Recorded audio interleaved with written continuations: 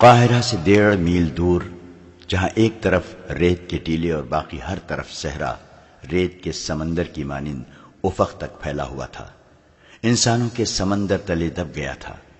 یہ لاکھوں انسانوں کا ہجوم تھا، ان میں شتر سوار بھی تھے اور گھوڑا سوار بھی، بہت سے لوگ گدھوں پر بھی سوار تھے۔ تعداد ان کی زیادہ تھی جن کے پاس کوئی سواری نہیں تھی۔ لا تعداد ہجوم 4-5 دنوں سے صحرا کی اس وسعت میں جمع ہونا شروع ہو گیا تھا۔ قاہرہ کے بازاروں میں بھیڑ اور رونق زیادہ ہو گئی تھی، سرائے بھر گئی تھی۔ یہ لوگ دور دور سے اس سرکاری منادی پر آئے تھے کہ 6-7 روز بعد قاہرہ کے مضافاتی ریگستان میں مصر کی فوج گھڑ سواری، شتر سواری، دوڑتے گھوڑوں اور اونٹوں سے تیر اندازی اور بہت سے جنگی کمالات کا مظاہرہ کرے گی۔ منادی میں یہ اعلان بھی کیا گیا تھا کہ غیر فوجی لوگ بھی ان مظاہروں میں جس کسی کو چاہیں تیغ زنی، کشتی، دوڑتے گھوڑوں کی لڑائی اور تیر اندازی وغیرہ کے لیے للکار کر مقابلہ کر سکتے ہیں۔ یہ منادی صلاح الدین ایوبی نے کرائی تھی۔ اس کے 2 مقاصد تھے، ایک یہ کہ لوگوں کو فوج میں بھرتی ہونے کی ترغیب ملے گی، اور دوسرے یہ کہ جو لوگ ابھی تک سلطان کو فوجی لحاظ سے کمزور سمجھتے ہیں ان کے شکوک رفع ہو جائیں۔ سلطان ایوبی کو جب یہ اطلاعیں ملنے لگیں کہ لوگ 6 روز پہلے ہی تماشا گاہ میں جمع ہونا شروع ہو گئے ہیں تو وہ بہت خوش ہوا، مگر علی بن سفیان پریشان سا نظر آتا تھا۔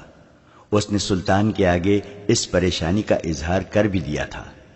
سلطان ایوبی نے مسرت سے اسے کہا تھا، اگر تماشائیوں کی تعداد 1 لاکھ ہو جائے تو ہمیں 5000 سپاہی تو مل ہی جائیں گے۔ محترم امیر، علی بن سفیان نے کہا، میں تماشائیوں کے ہجوم کو کسی اور زاویے سے دیکھ رہا ہوں۔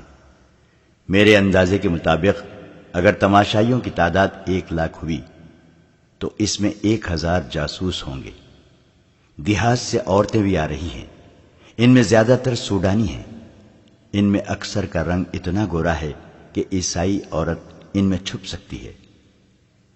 میں تمہاری اس مشکل کو اچھی طرح سمجھتا ہوں علی، سلطان نے کہا، لیکن تم جانتے ہو کہ میں نے جس میلے کا انتظام کیا ہے وہ کیوں ضروری ہے۔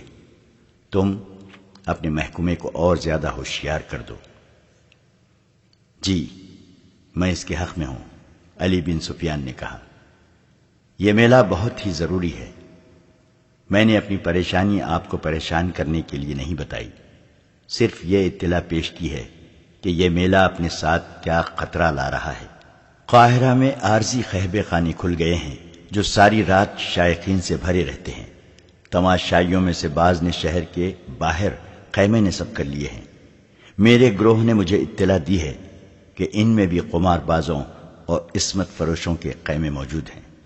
کل میلے کا دن ہے، ناچنے گانے والیوں نے تماشائیوں سے دولت کے ڈھیر اکٹھے کر لیے ہیں۔ میلہ ختم ہو جائے گا تو یہ غلاظت بھی ہجوم کے ساتھ ہی صاف ہو جائے گی۔ سلطان ایوبی نے کہا، میں اس پر پابندی عائد نہیں کرنا چاہتا۔ مصر کی اخلاقی حالت اچھی نہیں۔ رقص اور عصمت فروشی 1-2 دنوں میں ختم نہیں کی جا سکتی۔ ابھی مجھے زیادہ سے زیادہ تماشائیوں کی ضرورت ہے۔ مجھے فوج تیار کرنی ہے، اور تم جانتے ہو علی، ہمیں بہت زیادہ فوج کی ضرورت ہے۔ میں نے فوج اور انتظامیہ کے سربراہوں کے اجلاس میں یہ ضرورت وضاحت سے بیان کر دی تھی۔ میں آپ کو اس وضاحت سے روک نہیں سکا تھا امیر محترم، علی بن سفیان نے کہا۔ میری سراغ رساں نگاہوں میں ان سربراہوں میں نصف ایسے ہیں جو ہمارے وفادار نہیں۔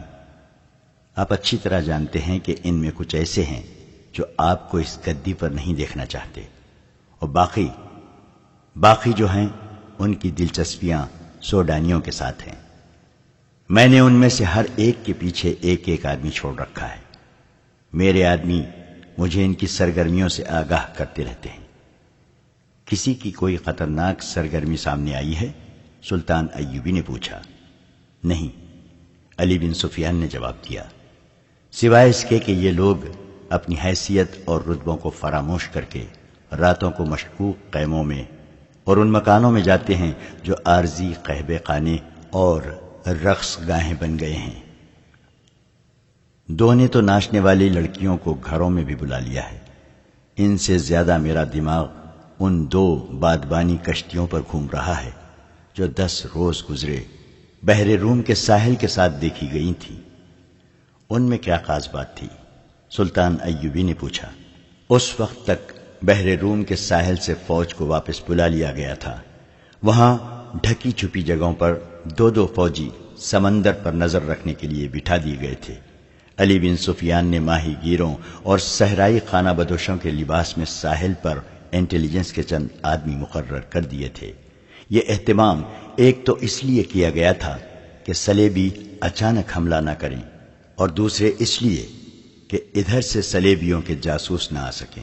مگر ساحل بہت لمبا تھا، کہیں کہیں چٹانیں بھی تھیں جہاں سمندر اندر آ جاتا تھا۔ سارے ساحل پر نظر نہیں رکھی جا سکتی تھی۔ 10 روز گزرے ایسی ہی ایک جگہ سے جہاں سمندر چٹانوں کے اندر آیا ہوا تھا۔ 2 بادبانی کشتیاں نکلتی دیکھی تھیں، وہ شاید رات کو آئی تھیں۔ انہیں جاتا دیکھ کر سلطان کے 2 سوار سرپٹ گھوڑے دوڑاتے اس جگہ پہنچے جہاں سے کشتیاں نکل کر گئی تھیں۔ وہاں کچھ بھی نہ تھا، کوئی انسان نہیں تھا، اور کشتیاں سمندر میں دور چلی گئی تھیں۔ کشتیوں اور بادبانوں کی ساخت بتاتی تھی کہ یہ مصر کے ماہی گیروں کی نہیں، سمندر پار کی معلوم ہوتی تھیں۔ سوار تھوڑی دور تک صحرا میں گئے، انہیں کسی انسان کا سراغ نہیں ملا۔ انہوں نے قاہرہ اطلاع بھجوا دی تھی کہ ساحل کے ساتھ 2 مشکوک کشتیاں دیکھی گئی ہیں۔ علی بن سفیان کے لیے یہ ممکن نہ تھا کہ ریگزار میں انہیں ڈھونڈ لیتا جو کشتیوں میں سے اترے تھے۔ اطلاع پہنچتے پہنچتے 3 دن گزر گئے تھے۔ یہ بھی یقین نہیں تھا کہ کشتیوں سے کون اترا ہے۔ علی بن سفیان نے سلطان ایوبی کے اس سوال کے جواب میں کہ ان کشتیوں میں کیا خاص بات تھی یہ وضاحت کر دی اور کہا، ہم میلے کی منادی 1.5 مہینے سے کرا رہے ہیں۔ 1.5 مہینے میں خبر یورپ کے وسط تک پہنچ سکتی ہے اور وہاں سے جاسوس آ سکتے ہیں۔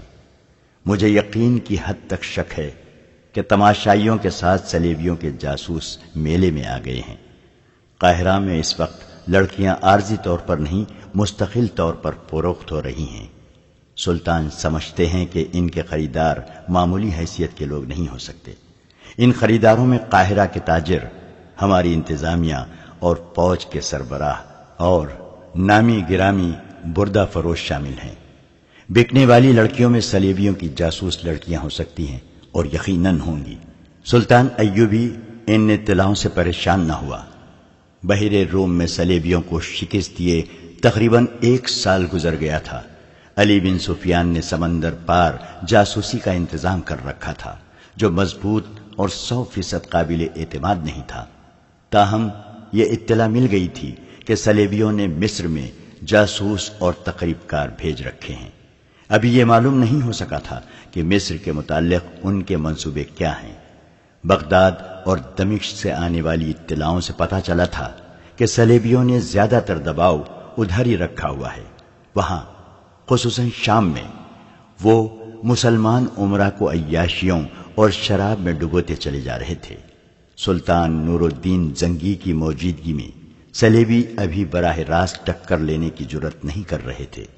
بحر روم میں جب صلاح الدین ایوبی نے ان کا بیڑا بمہ لشکر غرق کر دیا تھا، ادھر عرب میں سلطان زنگی نے صلیبیوں کی مملکت پر حملہ کر کے انہیں صلح پر مجبور کیا اور جزیہ وصول کر لیا تھا۔ اس مورکے میں بہت سے صلیبی سلطان زنگی کی قید میں آئے تھے، جن میں رینالڈ نام کا ایک صلیبی سالار بھی تھا۔ سلطان زنگی نے ان قیدیوں کو رہا نہیں کیا تھا کیونکہ صلیبیوں نے مسلمان جنگی قیدیوں کو شہید کر دیا تھا۔ اس کے علاوہ صلیبی عہد شکنی بھی کیا کرتے تھے۔ سلطان ایوبی کو اطمینان تھا کہ ادھر سلطان زنگی سلطنت اسلامیہ کی پاسبانی کر رہا ہے، پھر بھی وہ فوج تیار کر رہا تھا تاکہ صلیبیوں سے فلسطین لیا جائے اور عرب کی سرزمین کو کفار سے پاک کیا جائے۔ اس کے ساتھ ہی وہ مصر کا دفاع مضبوط کرنا چاہتا تھا۔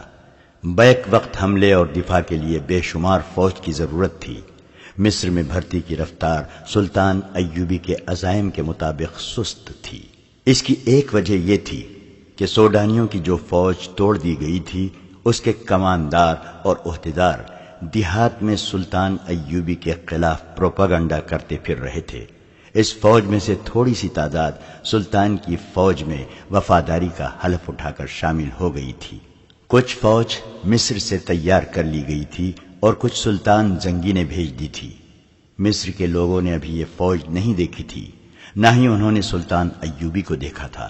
سلطان ایوبی نے اس میلے کا اعلان کر کے اپنے فوجی سربراہوں اور ان کے ماتحت کمانداروں وغیرہ کو ہدایت دی تھی کہ وہ باہر سے آئے ہوئے لوگوں سے ملیں اور پیار و محبت سے ان کا اعتماد حاصل کریں، انہیں باور کرائیں کہ وہ انہی میں سے ہیں، اور ہم سب کا مقصد یہ ہے کہ خدا اور رسول صلی اللہ علیہ وسلم کی سلطنت کو دور دور تک پھیلانا اور اسے صلیبی فتنے سے پاک کرنا ہے۔ میلے سے ایک روز پہلے علی بن سفیان سلطان کو جاسوسوں کے خطرے سے آگاہ کر رہا تھا۔ اس نے کہا، امیر محترم، مجھے جاسوسوں کا کوئی ڈر نہیں۔ دراصل خطرہ اپنے ان کلمہ گو بھائیوں سے ہے جو کفار کے اس زمین دوز حملے کو کامیاب بناتے ہیں۔ اگر ان کا ایمان مضبوط ہو تو جاسوسوں کا پورا لشکر بھی کامیاب نہیں ہو سکتا۔ میلے کے تماشائیوں میں جو ناچنے والی لڑکیاں نظر آ رہی ہیں وہ صلیبیوں کا جال ہیں، تاہم میرا گروہ دن رات مصروف ہے۔ اپنے آدمیوں سے یہ کہہ دو کہ کسی جاسوس کو جان سے نہ ماریں۔ سلطان ایوبی نے کہا، زندہ پکڑو۔ جاسوس دشمن کے لیے آنکھ اور کان ہوتا ہے، لیکن ہمارے لیے وہ زبان ہے۔ وہ تمہیں ان کی خبریں دے گا جنہوں نے اسے بھیجا ہے۔ میلے کی صبح طلوع ہوئی۔ وہ میدان بہت ہی وسیع تھا جس کے 3 اطراف تماشائیوں کا ہجوم تھا۔ جس طرف ریت کے ٹیلے تھے ادھر کسی کو نہیں جانے دیا گیا تھا۔ جنگی دف بجنے لگے، گھوڑوں کی ٹاپوں کی آوازیں اس طرح سنائی دیں جیسے سیلابی دریا آ رہا ہو۔ گرد آسمان کی طرف بڑھ رہی تھی۔ یہ 2000 سے زیادہ گھوڑے تھے۔ پہلا گھوڑ سوار میدان میں داخل ہوا۔ یہ صلاح الدین ایوبی تھا۔ اس کے دونوں طرف علم بردار تھے اور پیچھے سواروں کا دستہ تھا۔ گھوڑوں پر پھولدار چادریں ڈالی گئی تھیں۔ ہر سوار کے ہاتھ میں برچھی تھی۔ برچھی کے چمکتے ہوئے پھل کے ساتھ رنگین کپڑے کی چھوٹی سی جھنڈی تھی۔ ہر سوار کی کمر سے تلوار لٹک رہی تھی۔ آہستہ آہستہ گھوڑے چل رہے تھے۔ سوار گردنیں تانے اور سینہ پھلائے بیٹھے تھے۔ ان کے چہروں پر جلالی تاثر تھا۔ یوں معلوم ہوتا تھا جیسے یہ تماشائیوں کے دم بخود ہجوم سے اعلیٰ و برتر ہوں۔ ان کی آن بان دیکھ کر تماشائیوں پر خاموشی طاری ہو گئی تھی۔ ان پر رعب چھا گیا تھا۔ تماشائی نیم دائرے میں کھڑے تھے۔ ان کے پیچھے تماشائی گھوڑوں پر بیٹھے تھے اور ان کے پیچھے کے تماشائی اونٹوں پر بیٹھے تھے۔ ایک ایک گھوڑے اور ایک ایک اونٹ پر 2-2 3-3 آدمی بیٹھے تھے۔ ان کے آگے ایک جگہ شامیانہ لگایا گیا تھا جس کے نیچے کرسیاں رکھی تھیں۔ یہاں اونچی حیثیت والے تماشائی بیٹھے تھے۔ ان میں تاجر بھی تھے، سلطان کی حکومت کے افسر اور شہر کے معززین بھی۔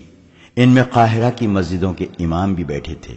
انہیں سب سے آگے بٹھایا گیا تھا کیونکہ سلطان ایوبی مذہبی پیشواؤں اور علماء کا اس قدر احترام کرتا تھا کہ ان کی موجودگی میں ان کی اجازت کے بغیر بیٹھتا نہیں تھا۔ ان میں سلطان کے وہ افسر بھی بیٹھے تھے جو انتظامیہ کے تھے، لیکن ان کا تعلق فوج سے تھا۔ سلطان نے انہیں خاص طور پر کہا تھا کہ ان کے زعما میں بیٹھ کر ان کے ساتھ دوستی پیدا کریں۔ ان میں قادم الدین البرق بھی تھا۔ علی بن سفیان کے بعد یہ دوسرا آدمی تھا جو سلطان ایوبی کے خفیہ منصوبوں، مملکت اور فوج کے ہر راز سے واقف تھا۔ اس کا کام ہی ایسا تھا اور اس کا عہدہ سالار جتنا تھا۔ جنگ کے منصوبے اور نقشے اسی کے پاس ہوتے تھے۔ اس کی عمر 40 سال کے قریب تھی۔ وہ عرب کے مردانہ حسن اور جلال کا پیکر تھا۔ جسم توانا اور چہرہ حشاش بشاش تھا۔ البرق کے ساتھ ایک لڑکی بیٹھی تھی، بہت ہی خوبصورت لڑکی تھی۔ وہ نوجوان تھی۔ لڑکی کے ساتھ ایک آدمی بیٹھا تھا جس کی عمر 60 سال سے کچھ زیادہ تھی۔ وہ کوئی امیر کبیر تاجر لگتا تھا۔ البرق کئی بار اس لڑکی کی طرف دیکھ چکا تھا۔ ایک بار لڑکی نے بھی اسے دیکھا تو مسکرا دی، پھر اس نے بوڑھے کی طرف دیکھا تو اس کی مسکراہٹ غائب ہو گئی۔ گھوڑے تماشائیوں کے سامنے سے گزر گئے تو شتر سوار آ گئے۔ اونٹوں کو گھوڑوں کی طرح رنگدار چادروں سے سجایا گیا تھا۔ ہر سوار کے ہاتھ میں ایک لمبا نیزہ اور اس کے پھل سے ذرا نیچے 3-3 انچ چوڑے اور 1.5 فٹ لمبے 2 رنگے کپڑے جھنڈیوں کی طرح بندھے ہوئے تھے۔ ہوا میں وہ پھڑپھڑاتے بہت ہی خوبصورت لگتے تھے۔ ہر سوار کے کندھوں سے ایک کمان آویزاں اور اونٹ کے زین کے ساتھ رنگین ترکش بندی تھی۔ اونٹوں کی گردنیں قم کھا کر اوپر کو اٹھی ہوئی اور سر جیسے فخر سے اونچے ہو گئے تھے۔ سواروں کی شان نرالی تھی۔ گھوڑ سواروں کی طرح ہر شتر سوار سامنے دیکھ رہا تھا۔ ان کی آنکھیں بھی دائیں بائیں نہیں دیکھتی تھی۔ یہ اونٹ انہی اونٹوں جیسے تھے جن پر تماشائی بیٹھے ہوئے تھے، لیکن فوجی تربیت، فوجی چال اور فوجی سوار کے نیچے وہ کسی اور جہاں کے لگتے تھے۔ البرخ نے اپنے پاس بیٹھی ہوئی لڑکی کو ایک بار پھر دیکھا۔ اب کہ لڑکی نے اسے آنکھوں میں آنکھیں ڈال کر دیکھا۔ اس کی آنکھوں میں ایسا جادو تھا کہ البرخ نے اپنے آپ میں بجلی کا جھٹکا سا محسوس کیا۔ لڑکی کے ہونٹوں پر شرم و حیا کا تبسم آ گیا اور اس نے اپنے پاس بیٹھے ہوئے بوڑھے کو دیکھا تو اس کا تبسم نفرت میں بدل گیا۔ البرخ کی ایک بیوی تھی جس سے اس کے 4 بچے تھے۔ وہ شاید اس بیوی کو بھول گیا تھا۔ وہ لڑکی کے اس قدر قریب بیٹھا تھا کہ لڑکی کا اٹھا ہوا ریشمی نقاب ہوا سے اڑ کر کئی بار البرخ کے سینے سے لگا۔ ایک بار اس نے نقاب ہاتھ سے پرے کیا تو لڑکی نے شرما کر معذرت کی۔ البرخ مسکرایا، منہ سے کچھ نہ کہا۔ شتر سواروں کے پیچھے پیادہ فوج آ رہی تھی۔ ان میں تیر اندازوں اور تیغ زنوں کے دستے تھے۔ ان کی ایک ہی جیسی چال، ایک ہی جیسے ہتھیار اور ایک ہی جیسا لباس تماشائیوں پر وہی تاثر طاری کر رہا تھا جو سلطان ایوبی کرنا چاہتا تھا۔ سپاہیوں کے چہروں پر تندرستی اور توانائی کی رونق تھی۔ وہ خوش و خرم اور مطمئن نظر آتے تھے۔ یہ ساری فوج نہیں، صرف منتخب دستے تھے۔ ان کے پیچھے منجنیقیں آ رہی تھیں جنہیں گھوڑے گھسیٹ رہے تھے۔ ہر منجنیق دستے کے پیچھے ایک ایک گھوڑا گاڑی تھی جس میں بڑے بڑے پتھر اور ہانڈیوں کے قسم کے برتن رکھے تھے۔ ان میں تیل جیسی کوئی چیز بھری ہوئی تھی جو منجنیقوں سے پھینکی جاتی تھی۔ جہاں یہ برتن گرتا تھا وہ کئی ٹکڑوں میں ٹوٹ کر سیال مادے کو بہت سی جگہ پر بکھیر دیتا تھا۔ اس پر آتشی تیر چلائے جاتے تو سیال مادہ شعلے میں تبدیل ہو جاتا تھا۔ سلطان ایوبی کی قیادت میں یہ سوار اور پیادہ دستے نیم دائرے میں کھڑے اور بیٹھے ہوئے تماشائیوں کے آگے سے دور آگے نکل گئے۔ صلاح الدین ایوبی راستے میں سے واپس آ گیا۔ اس کے گھوڑے کے آگے علمبردار کے گھوڑے، دائیں بائیں اور پیچھے محافظوں کے گھوڑے اور ان کے پیچھے نائب سالاروں کے گھوڑے تھے۔ سلطان نے گھوڑا روک لیا، کود کر اترا اور تماشائیوں کو ہاتھ ہوا میں لہرا لہرا کر سلام کرتا شامیانے کے نیچے چلا گیا۔ وہاں بیٹھے ہوئے تمام لوگ اٹھ کھڑے ہوئے۔ سلطان ایوبی نے سب کو سلام کیا اور اپنی نشست پر بیٹھ گیا۔ سوار اور پیادہ دستے دور آگے جا کر ٹیلوں کے عقب میں چلے گئے۔ میدان خالی ہو گیا۔ ایک گھوڑ سوار سرپٹ گھوڑا دوڑاتا آیا۔ اس کے ایک ہاتھ میں گھوڑے کی لگام اور دوسرے میں اونٹ کی رسی تھی۔ اونٹ گھوڑے کی رفتار کے ساتھ دوڑتا آ رہا تھا۔ میدان کے وسط میں آ کر گھوڑ سوار گھوڑے پر کھڑا ہو گیا۔ اس نے باگیں چھوڑ دیں۔ وہ اچھل کر اونٹ کی پیٹھ پر کھڑا ہو گیا۔ وہاں سے کود کر گھوڑے کی پیٹھ پر آ گیا اور وہاں سے زمین پر کود گیا۔ چند قدم گھوڑے اور اونٹ کے ساتھ بھاگا، پھر کود کر گھوڑے پر سوار ہوا۔ گھوڑے اور اونٹ کی رفتار میں کوئی فرق نہیں آیا تھا۔ گھوڑے کی پیٹھ سے وہ اونٹ کی پیٹھ پر چلا گیا اور دور آگے جا کر غائب ہو گیا۔ قادم الدین البرخ دائیں کو ذرا سا جھکا۔ اس کے منہ اور لڑکی کے سر کے درمیان 2-3 انچ کا فاصلہ رہ گیا تھا۔ لڑکی نے اسے دیکھا۔ البرخ مسکرایا۔ لڑکی شرما گئی۔ بوڑھے نے دونوں کو دیکھا۔ اس کے بوڑھے ماتھے کی شکن گہرے ہو گئے۔ اچانک ٹیلوں کے پیچھے سے ہانڈیوں کی طرح کے مٹی کے وہ برتن جو گھوڑا گاڑیوں پر لدے ہوئے تھے اوپر کو جاتے، آگے آتے اور میدان میں گرتے نظر آئے۔ برتن ٹوٹتے تھے تو تیل اچھل کر بکھر جاتا تھا۔ کم و بیش 100 برتن گرے اور ان سے نکلا ہوا مادہ تقریباً 100 گز لمبائی اور اسی قدر چوڑائی میں بکھر گیا۔ ایک ٹیلے پر 6 تیر انداز نمودار ہوئے۔ انہوں نے جلتے ہوئے فلیتوں والے تیر چلائے جو سیال مادے والی جگہ گڑ گئے۔ فوراً وہ تمام جگہ ایک ایسا شعلہ بن گئی جو گھوڑے کی پیٹھ تک بلند اور کوئی 100 گز تک پھیلا ہوا تھا۔ ایک طرف سے 4 گھوڑ سوار گھوڑے پوری رفتار سے دوڑتے ہوئے آئے۔ شعلے کے قریب آ کر وہ رکے نہیں، رفتار کم بھی نہ کی، چاروں شعلے میں چلے گئے۔ تماشائی دم بخود تھے کہ وہ جل جائیں گے، مگر وہ اتنے وسیع شعلے میں دوڑتے نظر آ رہے تھے۔ آخر وہ چاروں شعلے میں سے نکل گئے۔ تماشائیوں نے داد تحسین کا وہ شور بلند کیا کہ آسمان پھٹنے لگا۔ 2 سواروں کے کپڑوں کو آگ لگی ہوئی تھی۔ دونوں بھاگتے گھوڑوں سے ریت پر گرے اور تھوڑی دور لڑکیاں کھاتے ہوئے گئے۔ ان کے کپڑوں کی آگ بجھ گئی۔ البرخ اس شور و غل اور سواروں کے کمالات سے نظریں پھیرے ہوئے لڑکی کو دیکھ رہا تھا۔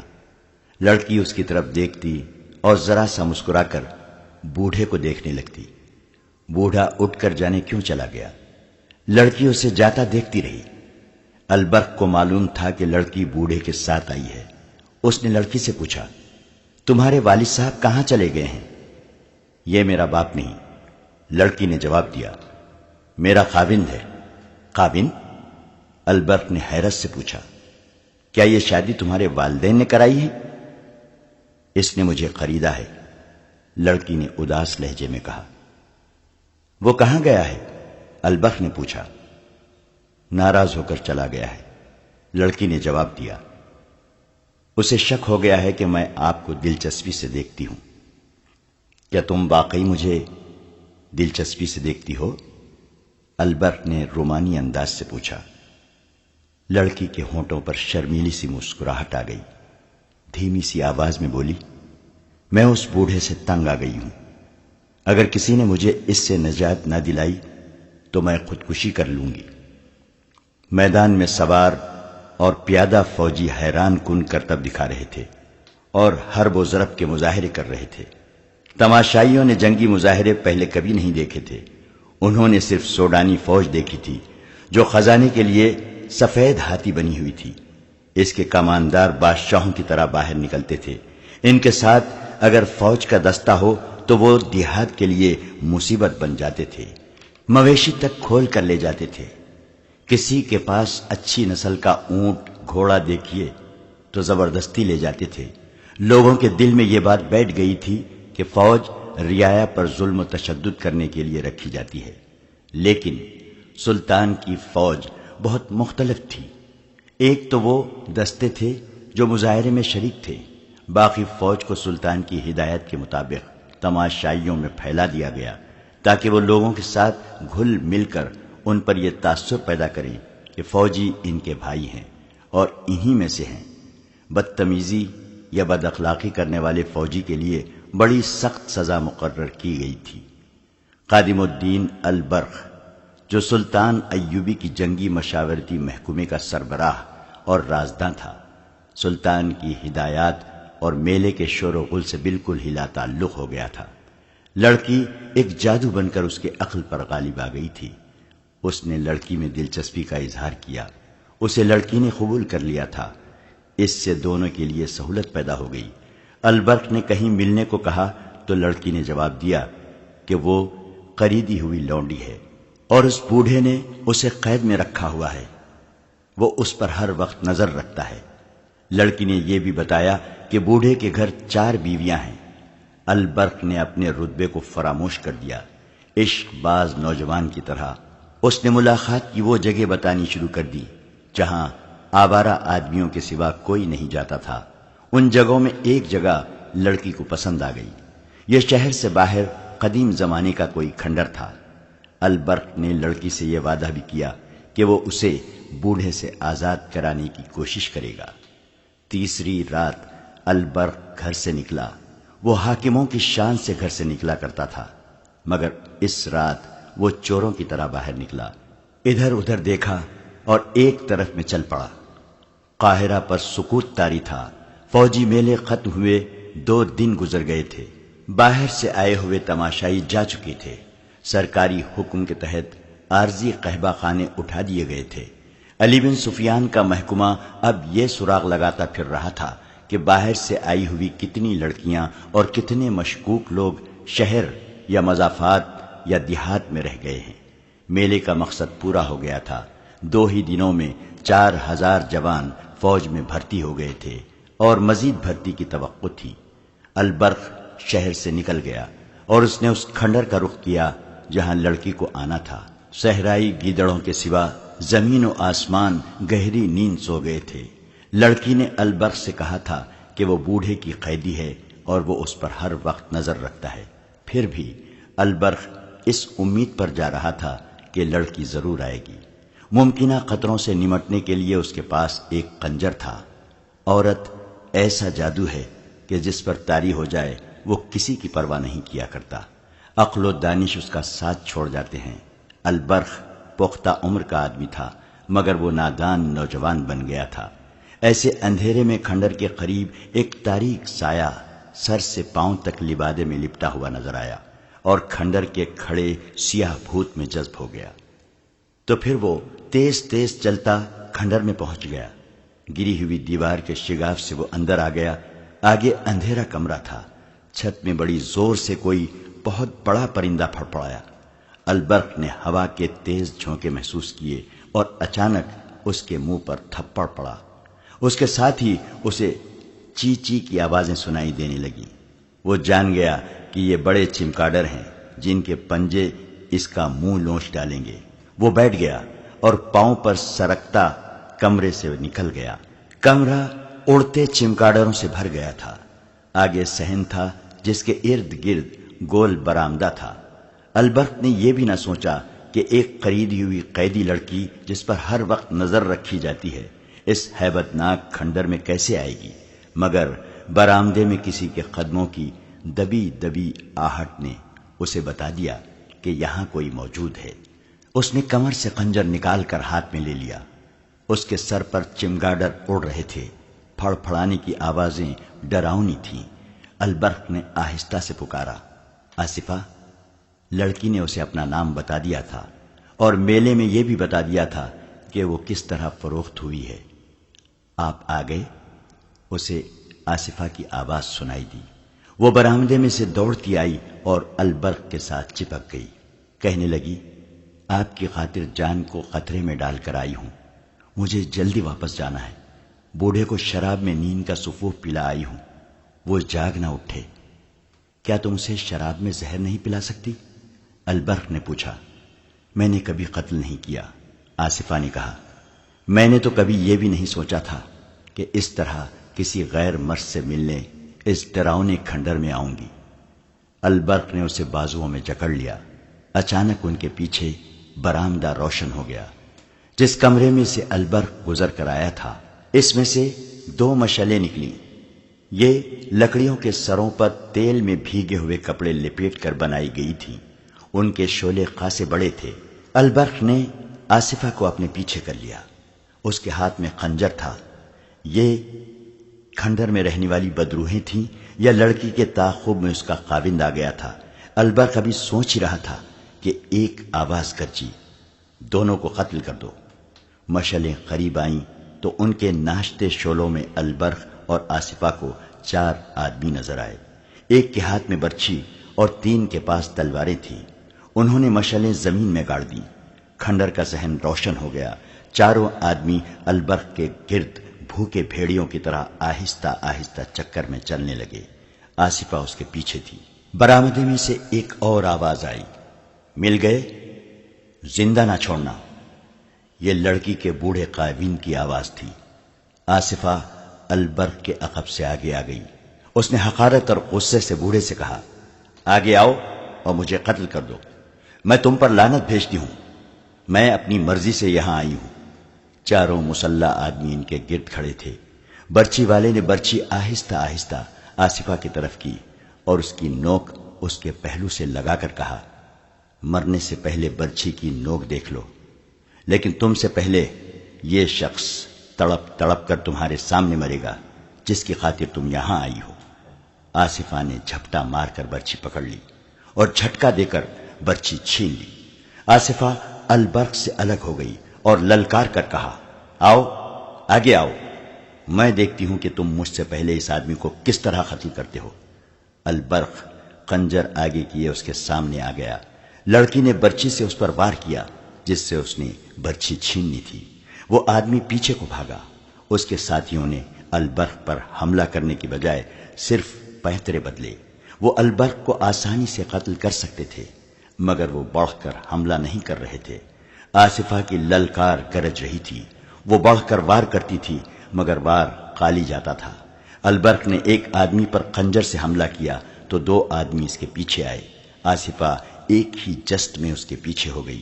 اس کے ہاتھ میں لمبی برچھی تھی جو تلوار کا مقابلہ کر سکتی تھی۔ خنجر تلوار کے مقابلے میں کچھ بھی نہیں تھا۔ بوڑھا ایک طرف کھڑا اپنے آدمیوں کو للکار رہا تھا۔ تھوڑی سی دیر انہوں نے البرق اور آصفہ پر حملے کیے۔ آصفہ ان پر ٹوٹ ٹوٹ پڑتی تھی۔ البرق وار بچاتا تھا اور خنجر سے وار کرنے کی کوشش کرتا تھا مگر عجیب امر یہ تھا کہ لڑکی کے حملوں کے باوجود کوئی زخمی نہیں ہوا۔ بوڑھے کے آدمیوں نے بھی تیغ زنی کے جوہر دکھائے مگر البرق اور آصفہ کو خراش تک نہ آئی۔ اتنے میں بوڑھے نے کہا، رک جاؤ، اور لڑائی بند ہو گئی۔ میں ایسی بے وفا لڑکی کو گھر میں نہیں رکھنا چاہتا۔ بوڑھے نے کہا، مجھے معلوم نہیں تھا کہ اتنی دلیر اور بہادر ہے۔ اگر اسے میں زبردستی لے بھی گیا تو یہ مجھے قتل کر دے گی۔ میں تمہیں اس کی پوری قیمت دوں گا۔ البرق نے کہا، کہو تم نے اسے کتنے میں خریدا تھا؟ بوڑھا ہاتھ بڑھا کر آگے بڑھا اور البرق سے ہاتھ ملا کر بولا، میرے پاس دولت کی کمی نہیں، میں یہ لڑکی تمہیں بخش دیتا ہوں۔ اسے تمہارے ساتھ اتنی محبت ہے کہ تمہاری خاطر اتنے سارے آدمیوں کے مقابلے میں آ گئی ہے۔ میں اسے اس لیے بھی تمہارے حوالے کرتا ہوں کہ یہ جنگجو نسل کی لڑکی ہے۔ میں تاجر اور سوداگر ہوں، یہ کسی تم جیسے جنگجو کے گھر میں اچھی لگے گی۔ تیسری وجہ یہ ہے کہ تم سلطان صلاح الدین ایوبی کی حکومت کے حاکم ہو۔ میں سلطان کا وفادار اور مرید ہوں۔ میں تمہیں ناراض نہیں کرنا چاہتا۔ جاؤ، میں نے اسے طلاق دی اور اسے تم پر حلال کر دیا۔ چلو دوستو، انہیں اکیلا چھوڑ دو۔ وہ مشعلیں اٹھا کر چلے گئے۔ البرق کی حیرت کی انتہا یہ تھی کہ اس کے پاؤں تلے زمین ہلنے لگی۔ اسے یقین نہیں آ رہا تھا۔ وہ اسے بوڑھے کا فریب سمجھ رہا تھا۔ اسے یہ خطرہ نظر آ رہا تھا کہ یہ لوگ راستے میں گھات لگا کر ان دونوں کو قتل کریں گے۔ آصفہ کے ہاتھ میں برچھی تھی۔ وہ البرق نے لے لی اور کچھ دیر بعد کھنڈر سے نکلے۔ وہ دائیں بائیں اور پیچھے دیکھتے تیز تیز چلنے لگے۔ ذرا سی آہٹ سنا ہی دیتی تو وہ چونک کر رک جاتے۔ ہر طرف اندھیرے میں دیکھنے کی کوشش کرتے اور آہستہ آہستہ چل پڑتے۔ شہر میں داخل ہوئے تو ان کی جان میں جان آئی۔ آصفہ نے رک کر بازو البرق کے گلے میں ڈال دیے اور پوچھا، آپ کو مجھ پر اعتماد ہے یا نہیں؟ البرق نے اسے سینے سے لگا لیا۔ اس پر جذبات کا اتنا غلبہ تھا کہ کچھ بول نہ سکا۔ لڑکی نے اسے بے دام خرید لیا تھا۔ اسے یہ تو اب پتہ چلا تھا کہ لڑکی اسے کیسی دیوانگی سے چاہتی ہے اور کتنی بہادر ہے۔ دراصل وہ لڑکی کے حسن پر مر مٹا تھا۔ اس کی بیوی اس کی ہم عمر تھی۔ آصفہ کو دیکھ کر اس نے محسوس کیا کہ وہ بیوی اس کے کام کی نہیں رہی۔ اس دور میں جب عورت فروخت ہوتی تھی، گھر میں بیوی کی کوئی حیثیت نہ تھی۔ بیک وقت 4 بیویاں تو خاوند اپنا حق سمجھتا تھا، لیکن جو پیسے والے تھے وہ 2-4 خوبصورت لڑکیاں بغیر نکاح کے رکھ لیتے تھے۔ مسلمان عمرہ کو عورت نے ہی تباہ کیا تھا۔ ان کے ہاں یہ بھی رواج تھا کہ ایک آدمی کی بیویاں خاوند کی خوشنودی حاصل کرنے کے لیے ڈھونڈ ڈھونڈ کر خوبصورت لڑکیاں خاوند کو بطور تحفہ پیش کرتی تھیں۔ البرق جب آصفہ کو ساتھ لیے گھر میں داخل ہوا تو سب سوئے ہوئے تھے۔ صبح اس کی بیوی نے اپنے خاوند کے پلنگ پر اتنی حسین لڑکی دیکھی تو اسے ذرہ بھر محسوس نہ ہوا کہ اس کا سہاگ اجڑ گیا ہے، بلکہ وہ خوش ہوئی کہ کہ اس کے اتنے اچھے خاوند کو اتنی خوبصورت لڑکی مل گئی ہے۔ اس کے آ جانے سے وہ کچھ فرائض سے سبکدوش ہو گئی تھی۔ البرق کی حیثیت ایسی تھی کہ وہ ایک اور بیوی یا داشتہ رکھ سکتا تھا۔ صلاح الدین ایوبی مسلمانوں کو عورت سے اور عورت کو مسلمانوں سے آزاد کرنا چاہتا تھا۔ وہ ایک خاوند ایک بیوی کا حکم نافذ کرنا چاہتا تھا، مگر ابھی وہ ہر اس امیر اور وزیر کو دشمن بنانے سے ڈرتا تھا جس نے کئی لڑکیوں کو گھروں میں رکھا ہوا تھا۔ عورت کے خریدار یہی لوگ تھے۔ انہی کی دولت سے عورت کھلی منڈی میں نیلام ہوتی تھی، اغوا کی وارداتیں ہوتی تھیں، قتل اور خون خرابے ہوتے تھے، اور عمرا اور حاکموں کی زن پرستی کا ہی نتیجہ تھا کہ عیسائیوں اور یہودیوں نے لڑکیوں کی وساست سے ہی سلطنت اسلامیہ میں زہر بھر دیا تھا۔ اس کے علاوہ سلطان ایوبی کو یہ احساس بھی پریشان کیے ہوئے رکھتا تھا کہ یہی عورت مردوں کے دوش بدوش کفار کے خلاف لڑا کرتی تھی، مگر اب یہ عورت جو جہاد میں مرد کے لیے آدھی قوت تھی، مرد کی تفریح اور عیاشی کا ذریعہ بن گئی ہے۔ اس سے صرف یہ نہیں ہوا کہ قوم کی آدھی جنگی قوت ختم ہو گئی ہے، بلکہ عورت ایک ایسا نشہ بن گئی ہے جس نے قوم کی مردانگی کو بیکار کر دیا ہے۔ سلطان ایوبی عورت کی عظمت بحال کرنا چاہتا تھا۔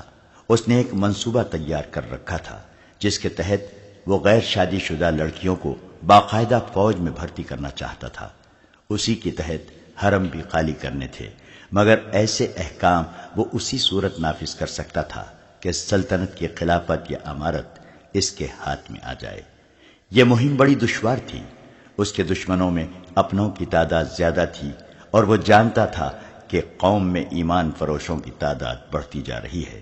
اسے یہ معلوم نہیں ہوا تھا کہ اس کا ایک معتمد خاص اور حکومت کے رازوں کا رکھوالا قادم الدین البرق بھی ایک نوجوان حسینہ کو گھر لے آیا ہے، اور یہ لڑکی اس کے اعصاب پر ایسی بری طرح چھا گئی ہے کہ وہ اب فرائض سلطنت سے بے پرواہ ہو سکتا ہے۔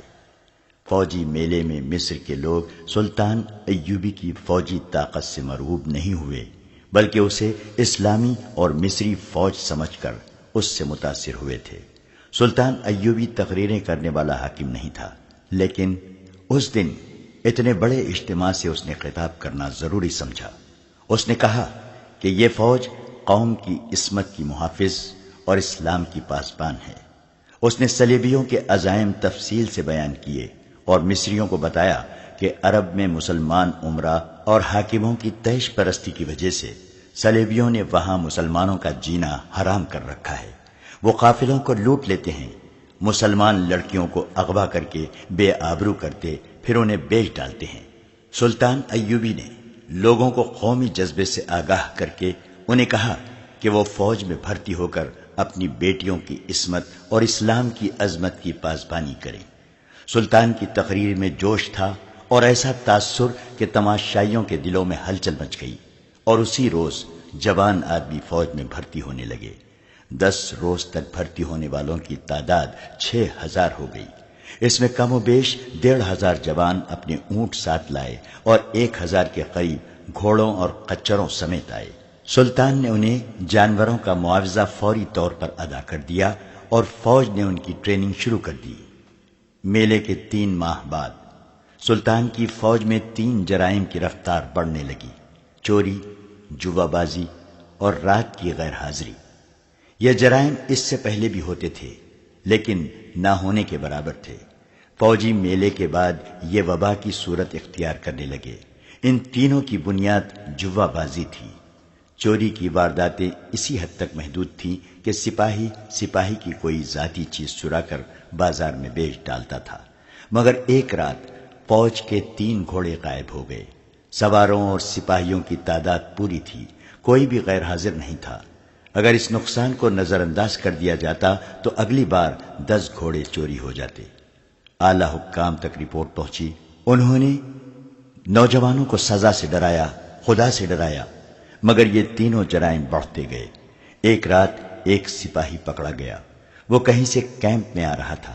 اس سے پہلے رات کو غیر حاضر ہونے والے سپاہی چوری چھپی سنتریوں سے بچ کر نکل جاتے اور بچتے بچاتے آ جاتے تھے۔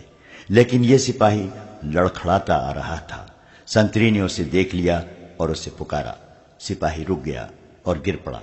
سنتری نے دیکھا کہ یہ خون میں نہایا ہوا ہے، اسے اٹھا کر اپنے عہدیدار کے پاس لے آیا۔ اس کی مرہم پٹی کی گئی، مگر وہ زندہ نہ رہ سکا۔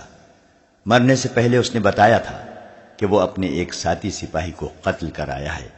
اس کی لاش کیمپ سے نصف کوس دور ایک خیمے میں پڑی ہے۔ اس کے بیان کے مطابق وہاں 3 خیمے تھے۔ وہ لوگ خانہ بدوش تھے، ان کے پاس خوبصورت عورتیں تھیں۔ وہ ان عورتوں کی نمائش فوجیوں میں کیا کرتے تھے۔ رات کو سپاہی وہاں تک پہنچ جاتے، وہ دوسروں کو بتاتے تو وہ بھی چلے جاتے۔ وہ خانہ بدوش صرف عصمت فروش نہیں تھے، ان کی ہر عورت اپنے ہر فوجی گاہک کو یہ تاثر دیتی تھی کہ وہ اس پر فدا ہے اور اس کے ساتھ شادی کر لے گی۔ بعد کی تحقیقات سے پتہ چلا کہ انہوں نے سپاہیوں میں رقابت پیدا کر دی تھی۔ اسی کا نتیجہ تھا کہ یہ 2 سپاہی خانہ بدوشوں کے خیمے میں لڑ پڑے، ایک مارا گیا اور دوسرا زخمی ہو کر آیا اور بیان دے کر مر گیا۔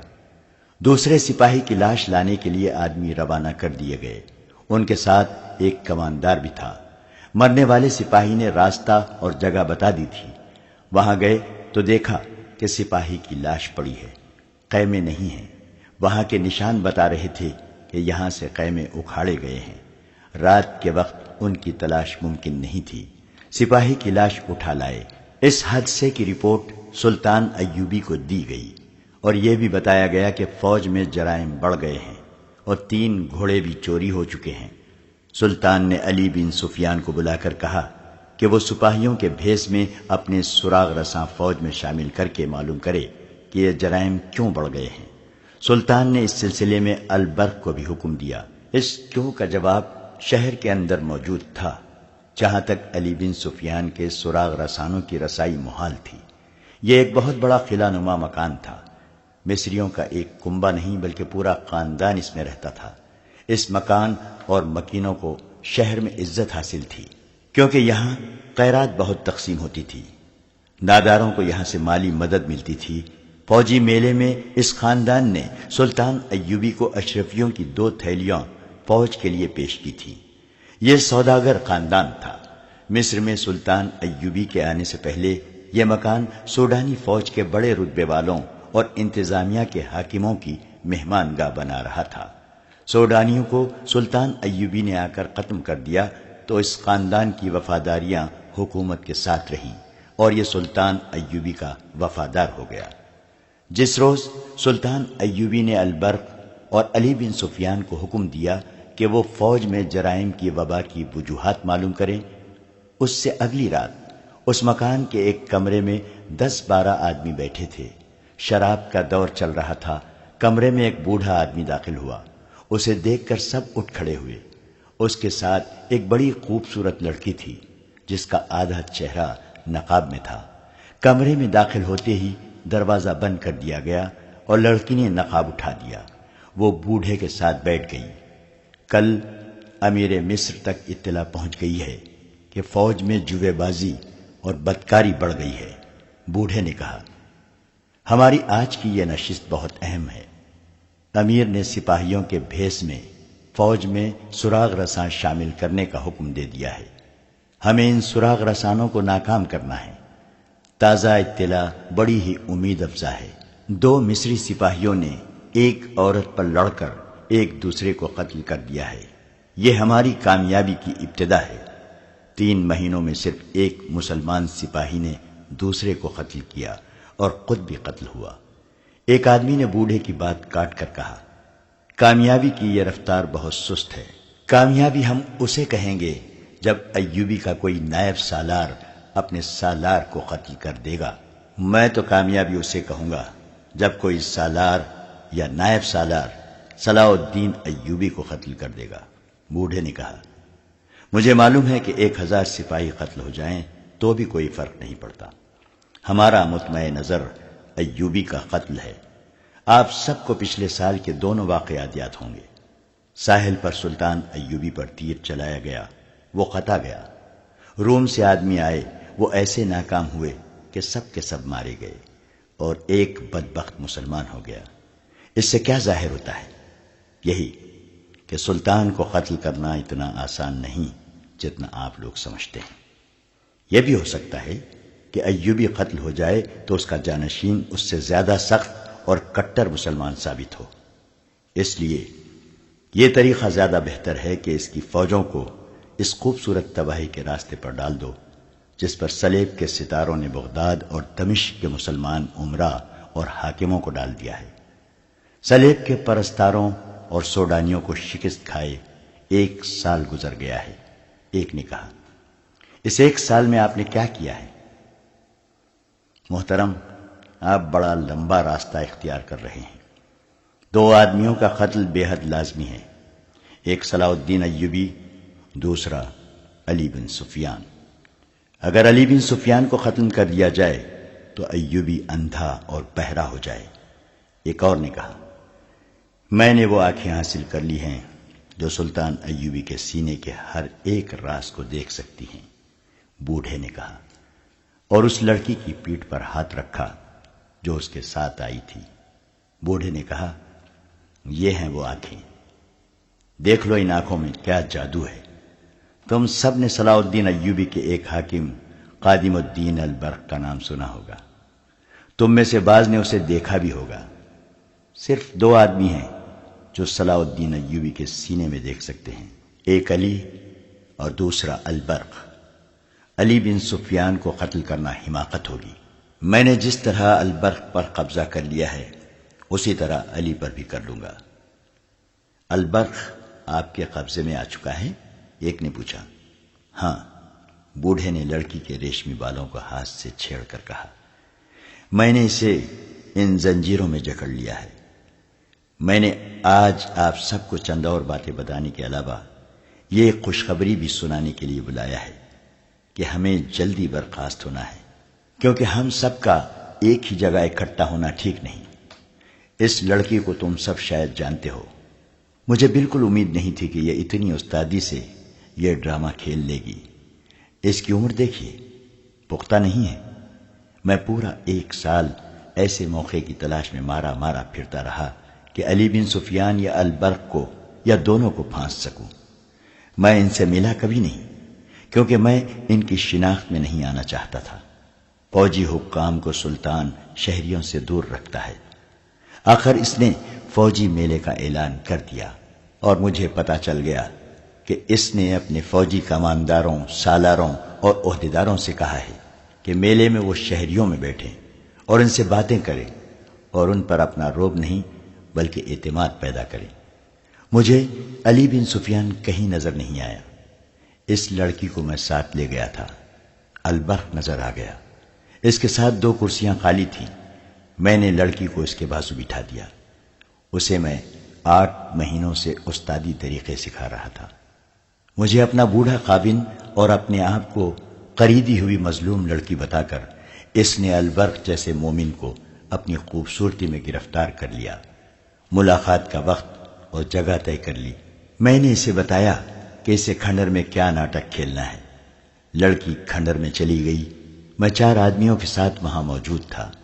2 آدمی اس وقت یہاں موجود ہیں، 2 کو آپ سب نہیں جانتے، وہ ہمارے گروہ کے آدمی ہیں۔ اس نے البرق پر ثابت کر دیا کہ یہ اس کی خاطر جان دے دے گی۔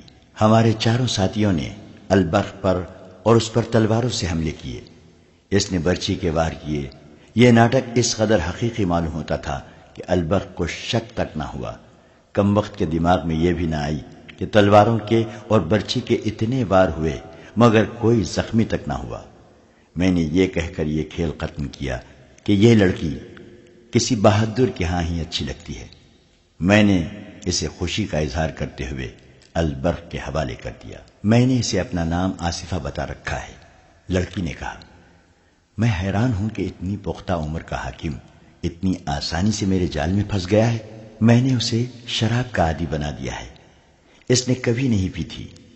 پہلی بیوی اسی گھر میں رہتی ہے، اس کے بچے بھی ہیں، لیکن وہ سب کو جیسے بھول گیا ہے۔ لڑکی نے محفل کو تفصیل سے بتایا کہ اس نے کیسے کیسے طریقوں سے سلطان ایوبی کے اس معتمد خصوصی کی عقل کو اپنی مٹھی میں لے رکھا ہے۔ ان 3 مہینوں میں یہ لڑکی مجھے صلاح الدین ایوبی کے کئی قیمتی راز دے چکی ہے، بوڑھے نے کہا۔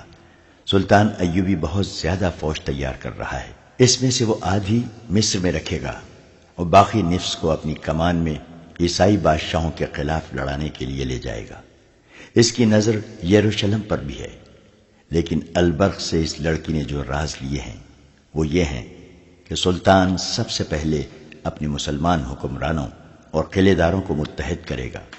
ان کے اتحاد کو صلیب کے پرستاروں نے بالکل اسی طرح بکھیر دیا ہے جس طریقے سے ہم نے البرخ کو اپنے قبضے میں لے لیا ہے۔ تو کیا ہم یہ سمجھیں کہ البرخ اب ہمارے گروہ کا فرد ہے؟ ایک آدمی نے پوچھا۔ نہیں، بوڑھے نے جواب دیا، وہ سچے دل سے ایوبی کا وفادار ہے، وہ اتنا ہی وفادار اس لڑکی کا بھی ہے۔ یہ لڑکی سلطان، قوم اور اسلام کی وفاداری کا اظہار ایسے والہانہ طریقے سے کرتی ہے کہ البرخ اسے قوم کی جانباز بیٹی سمجھتا ہے۔ اس لڑکی کے حسن و جوانی اور محبت کے عملی اظہار کا جادو الگ ہے۔ البرخ کو ہم اپنے ساتھ نہیں ملا سکتے، ضرورت ہی کیا ہے، وہ پوری طرح ہمارے ہاتھوں میں کھیل رہا ہے۔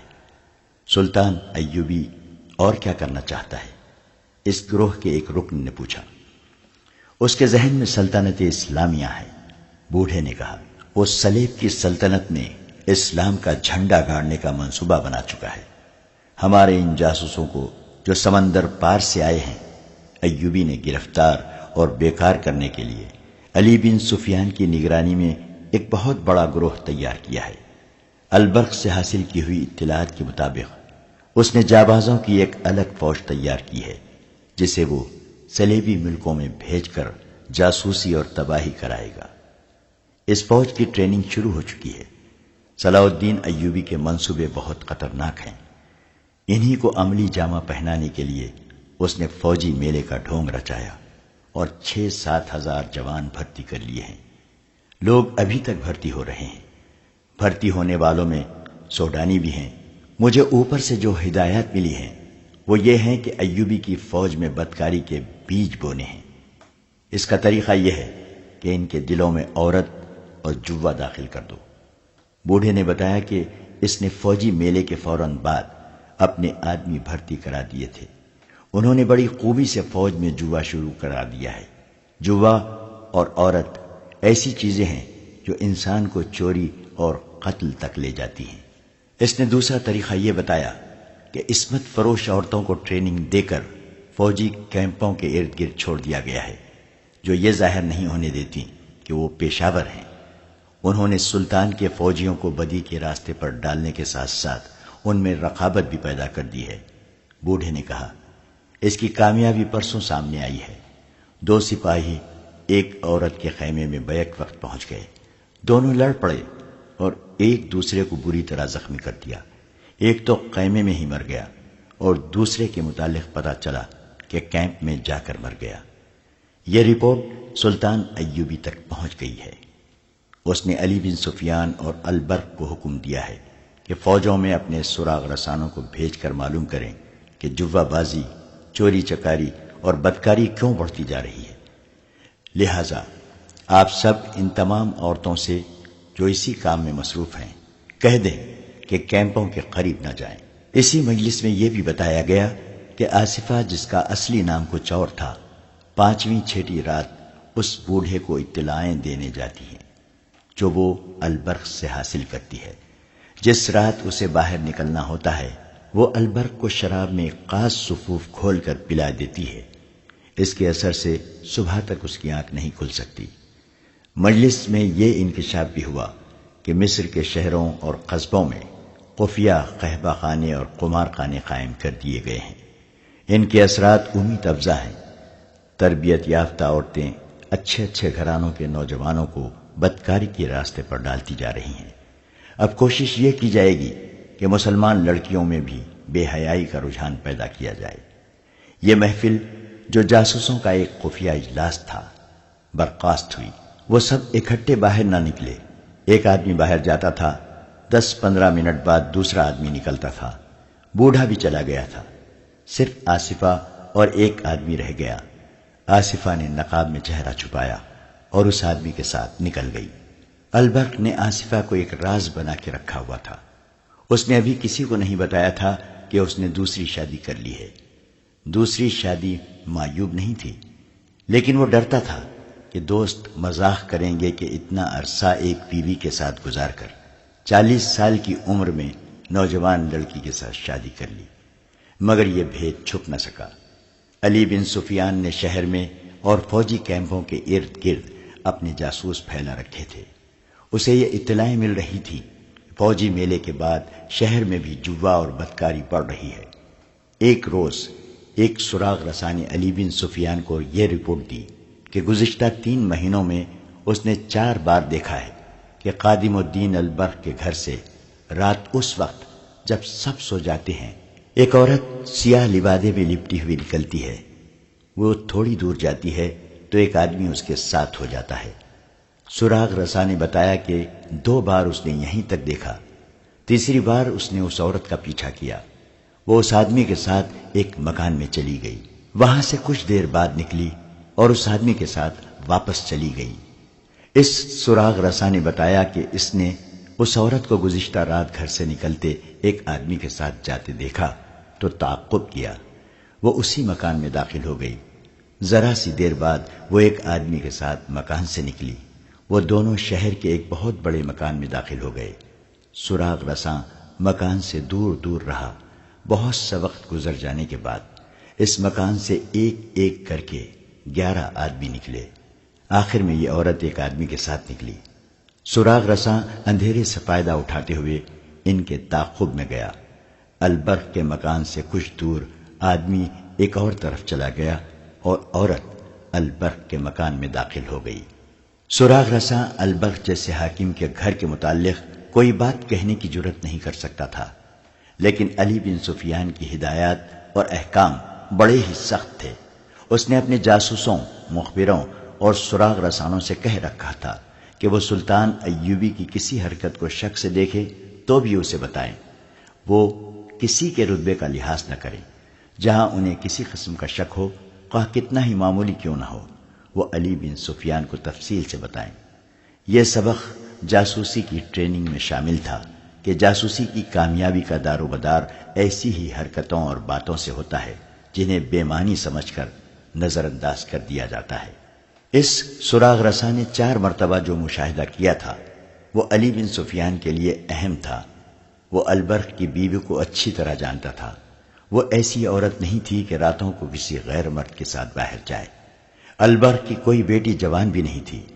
یہ تو کسی کو بھی علم نہ تھا کہ البرق نے ایک نوجوان لڑکی کے ساتھ شادی کر لی ہے۔ اس نے اس مسئلے پر بہت غور کیا۔ اسے یہ خیال بھی آ گیا کہ البرق اس کا دوست بھی ہے۔ اسے حق پہنچتا تھا کہ اس کے دوست کے گھر میں کوئی گڑبڑ ہے تو اس کے لیے کچھ کرے، مگر اس کے ذہن میں جو سوچ غالب تھی وہ یہ تھی کہ شہر میں مشکوک عورتوں کا ریلا سا آ گیا تھا۔ کہیں ایسا تو نہیں کہ البرق کسی بدکار عورت کے چکر میں آ گیا ہو۔ ایک طریقہ اس کے دماغ میں آ گیا۔ اس نے اپنے محکومے کی ایک عورت کو اس روپ میں البرق کے گھر میں بھیجا کہ وہ ایک مظلوم عورت ہے، اس کا خاوند مر گیا ہے اور اس کے بیٹے آوارہ ہو گئے ہیں، لہذا اس کی اعانت کی جائے۔ ہدایت کے مطابق یہ عورت اس وقت البرق کے گھر میں گئی جب وہ گھر میں نہیں تھا۔ دوسری ہدایت کے مطابق وہ سارے گھر میں پھری تو اسے آصفہ نظر آ گئی۔ یہ عورت البرق کی پہلی بیوی سے ملی، اپنی فریاد پیش کی اور کہا کہ البرق کی پہلی بیوی یعنی البرق سے اس کی سفارش کرے۔ باتوں باتوں میں اس نے کہا، آپ کی بیٹی کی شادی ہو گئی ہے یا ابھی کنواری ہے؟ اسے جواب ملا، یہ میری بیٹی نہیں، میری خاوند کی دوسری بیوی ہے۔ 3 مہینے ہوئے انہوں نے دوسری شادی کر لی ہے۔ علی بن سفیان کے لیے یہ اطلاع حیران کن تھی۔ اس کے دل میں یہی شک پیدا ہو گیا کہ رات کو باہر جانے والی اس کی نئی بیوی ہو سکتی ہے۔ علی نے ایک اور عورت کے ہاتھ البرق کی پہلی بیوی کو پیغام بھیجا کہ وہ اسے کہیں باہر ملنا چاہتا ہے مگر البرق کو پتہ نہ چلے۔ اس نے یہ بھی کہلا بھیجا تھا کہ ان کے گھر کے متعلق کوئی بہت ہی ضروری بات کرنی ہے۔ علی نے ملاقات کے لیے ایک جگہ بھی بتا دی اور وقت وہ بتایا جب البرق دفتر میں مصروف ہوتا تھا۔ وہ آ گئی۔ علی بن سفیان کے دل میں اس معزز عورت کا بہت ہی احترام تھا۔ اس نے البرق کی بیوی سے کہا کہ اسے معلوم ہوا ہے کہ البرق نے دوسری شادی کر لی ہے۔ بیوی نے جواب دیا، خدا کا شکر ہے کہ اس نے دوسری شادی کی ہے، چوتھی اور پانچویں نہیں کی۔ باتیں کرتے کرتے علی بن سفیان نے پوچھا، وہ کیسی ہے؟ بہت خوبصورت ہے، بیوی نے جواب دیا۔ شریف بھی ہے؟ علی بن سفیان نے پوچھا۔ آپ کو اس پر کسی قسم کا شک تو نہیں؟ کچھ دیر تک وہ گہری سوچ میں پڑی رہی۔ علی نے کہا، اگر میں یہ کہوں کہ وہ کبھی کبھی رات کو باہر چلی آتی ہے تو آپ برا تو نہ مانیں گی؟ وہ مسکرائی اور کہنے لگی، میں خود پریشان تھی کہ یہ بات کس سے کروں۔ میرے خاوند کا یہ حال ہے کہ اس کا غلام ہو گیا ہے، مجھ سے تو اب بات بھی نہیں کرتا۔ میں اس لڑکی کے خلاف خاوند کے ساتھ بات کروں تو مجھے گھر سے نکال دے، وہ سمجھے گا کہ میں حسد سے شکایت کر رہی ہوں۔ یہ لڑکی صاف نہیں۔ ہمارے گھر میں شراب کی بو بھی کبھی نہیں آئی تھی، اب وہاں مٹکے خالی ہوتے ہیں۔ شراب؟ علی بن سفیان نے چونک کر پوچھا، البرق شراب بھی پینے لگا ہے؟ صرف پیتا نہیں، بیوی نے کہا، بدمست اور مدہوش ہو جاتا ہے۔ میں نے 6 بار اس لڑکی کو رات کے وقت باہر جاتے اور بہت دیر بعد آتے دیکھا ہے۔ میں نے یہ بھی دیکھا ہے کہ جس رات لڑکی کو باہر جانا ہوتا ہے اس رات البرق بے ہوش ہو جاتا ہے، صبح بہت دیر سے اٹھتا ہے۔ لڑکی بدماش ہے، اسے دھوکہ دے رہی ہے۔ لڑکی بدماش نہیں، علی بن سفیان نے کہا، وہ جاسوس ہے۔ وہ البرق کو نہیں، قوم کو دھوکہ دے رہی ہے۔ جاسوس؟ بیوی نے چونک کر کہا، میرے گھر میں جاسوس؟ وہ اٹھ کھڑی ہوئی، دانت پیس کر بولی، آپ جانتے ہیں کہ میں شہید کی بیٹی ہوں۔ البرق پکا مسلمان تھا، اس نے زندگی اسلام کے نام پر وقف کر رکھی تھی۔ میں بچوں کو جہاد کے لیے تیار کر رہی ہوں، اور آپ کہتے ہیں کہ میرے بچوں کا باپ ایک جاسوس لڑکی کے قبضے میں آ گیا ہے؟ میں اپنے بچوں کے باپ کو قربان کر سکتی ہوں، قوم اور اسلام کو قربان ہوتا نہیں دیکھ سکتی۔ میں دونوں کو قتل کر دوں گی۔ علی بن سفیان نے اسے بڑی مشکل سے ٹھنڈا کیا اور اسے سمجھایا کہ ابھی یہ یقین کرنا ہے کہ یہ لڑکی جاسوس ہے، اور یہ بھی دیکھنا ہے کہ البرق بھی جاسوسوں کے گروہ میں شامل ہو گیا ہے یا اسے شراب پلا کر صرف استعمال کیا جا رہا ہے۔ اس عورت کو یہ بھی بتایا گیا ہے کہ جاسوسوں کو قتل نہیں گرفتار کیا جاتا ہے، اور ان کے دوسرے ساتھیوں کے متعلق پوچھا جاتا ہے۔ علی بن سفیان نے اسے کچھ ہدایات دی اور اسے کہا کہ وہ لڑکی کی ہر حرکت پر نظر رکھے۔ یہ عورت چلی گئی۔ یوں معلوم ہوتا تھا جیسے علی بن سفیان کی ہدایت پر ٹھنڈے دل سے عمل کرے گی، مگر اس کی چال اور اس کے انداز سے یہ بھی معلوم ہوتا تھا کہ کسی بھی وقت بے قابو ہو جائے گی۔ وہ حرم کی عورت نہیں تھی، وہ خاوند کی وفادار بیوی اور ملک و ملت پر جان نثار کرنے والی قوم کی بیٹی تھی۔ خادم الدین البرق اور علی بن سفیان صرف رفیق کار ہی نہیں تھے، ان کی گہری دوستی بھی تھی۔ وہ ہم عمر تھے، انہوں نے اکٹھے مورچے لڑے تھے، دونوں سلطان ایوبی کے پرانے ساتھی تھے۔ اتنی گہری دوستی کے باوجود البرق نے علی بن سفیان سے دوسری شادی چھپا رکھی تھی۔ علی کو معلوم ہوا تو اس نے البرق کے ساتھ اس ضمن میں کوئی بات نہ کی۔ وہ اس کی بیوی کی وساطت سے اس کے گھر کا معمہ حل کرنے کی کوششوں میں لگا ہوا تھا۔ اس نے البرق کے مکان اور اس مکان کے درمیان اپنے جاسوسوں میں اضافہ کر دیا تھا، جہاں البرق کی نئی بیوی رات کو جایا کرتی تھی۔ البرق کی پہلی بیوی کے ساتھ باتیں کیے 2 راتیں گزر گئی تھیں، لڑکی باہر نہیں نکلی تھی۔ جاسوس پوری رات بیدار رہے تھے۔ تیسری رات نصف شب سے ذرا پہلے علی بن سفیان گہری نیند سویا ہوا تھا۔ اس نے اپنے عملے اور اپنے ملازموں سے کہہ رکھا تھا کہ وہ جب چاہیں اسے جگا سکتے ہیں۔ وہ ان حاکموں سے مختلف تھا جو کسی کو آرام میں مقل ہونے کی اجازت نہیں دیتے تھے۔ اس رات علی کو ملازم نے گہری نیند سے بیدار کیا اور کہا، عمر آیا ہے، گھبرایا ہوا ہے۔ علی بن سفیان کمان سے نکلے ہوئے تیر کی طرح کمرے سے نکلا صحن 2-3 چھلانگوں میں عبور کیا اور دیوڑی سے باہر نکل گیا۔ اس کے عملے کا ایک آدمی باہر کھڑا تھا۔ اس نے کہا، ملازم کو دوڑائیں، 10-12 سوار فوراً منگوائیں، اپنا گھوڑا جلدی تیار کریں، پھر آپ کو بتاتا ہوں کہ کیا ہوا ہے۔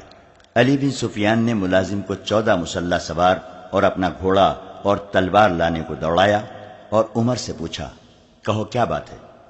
عمر اور عازر نام کے 2 جاسوس آصفہ کو دیکھنے کے لیے متعین تھے۔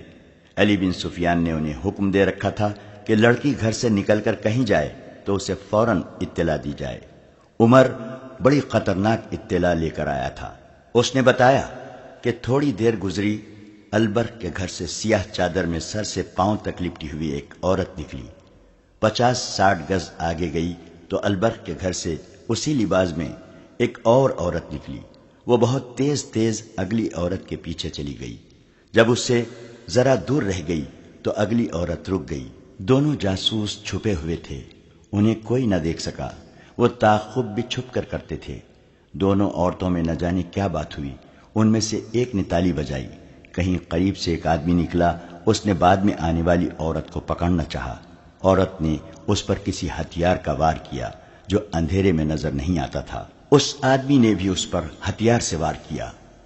جو عورت پہلے آئی تھی اس کی آواز سنائی دی، اسے اٹھا کر لے چلو۔ دوسری عورت نے اس پر وار کیا، اس کی چیخ سنائی دی۔ دوسری عورت نے اس پر ایک اور وار کیا اور آدمی کا وار بچایا بھی۔ دونوں عورتیں زخمی ہو گئی تھیں۔ عمر علی بن سفیان کو اطلاع دینے دوڑ پڑا۔ آزار وہیں چھپا رہا، اسے یہ دیکھنا تھا کہ یہ لوگ کہاں جاتے ہیں۔ علی بن سفیان نے اس قسم کے ہنگامی حالات کے لیے تیز رفتار اور تجربے کار لڑاکا سواروں کا ایک دستہ تیار رکھا ہوا تھا۔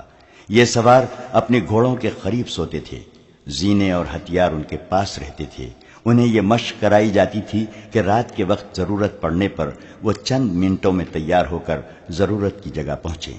وہ اس قدر تیز ہو گئے تھے کہ علی بن سفیان کے ملازم نے دستے کے کماندار کو اطلاع دی کہ 14 سوار بھیج دو، تو وہ علی بن سفیان کے کپڑے بدلنے اور اس کا گھوڑا تیار ہونے تک پہنچ گئے۔